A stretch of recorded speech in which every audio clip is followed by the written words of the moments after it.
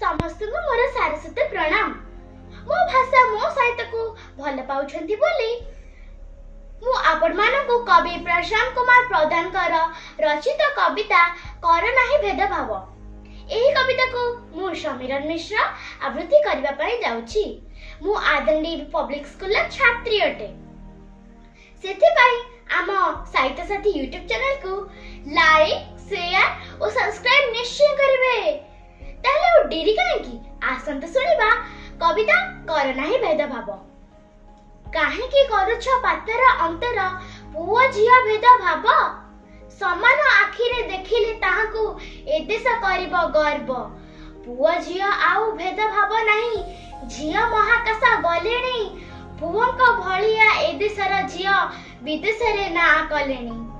ए देशर नारी राष्ट्रपति पुणे प्रधानमंत्री भी हेलेणी एका एका आजी विमान उड़ाई विदेश को यात्रा कलेणी।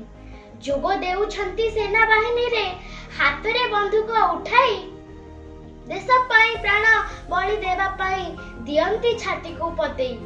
दूरेई दिया है मनरु तुमरा पुओ झिया भेद भाव झिया को समान दियो पुओ भली रहिब नाही अभाव। धन्यवाद।